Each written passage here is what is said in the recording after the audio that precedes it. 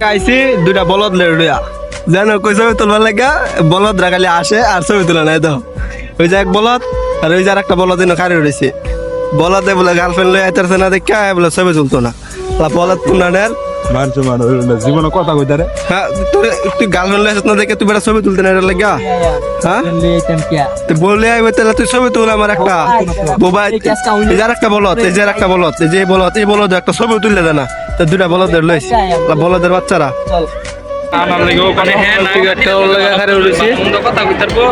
অনেক ভিড়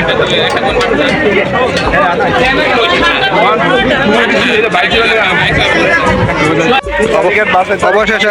তিনটা টিকিট কেটে ফেললাম এখন আমরা সাফারি পার্কের ভিতরে ঢুকবো এই যে তিনটা টিকিট আমরা এখানে সেটা বাংলা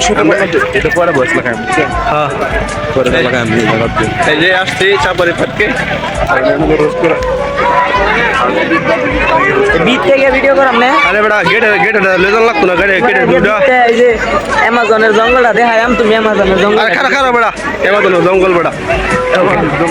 অ্যামাজনের জঙ্গল আছে এটা আমি সারা কেউ চিনে না এমাজনের জঙ্গল তো না আছে এটা আমি জানি আমার তো গেটটা তো নিয়ে দিতে হইব না গেছিলাম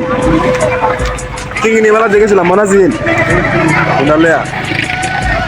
একটু লয়ে গেছি এই যেন বাঘ দেখবো বলে হ্যাঁ মামা না বাঘ দেখবো মামা পাঁচটা ভিডিও করতে জানতে দিন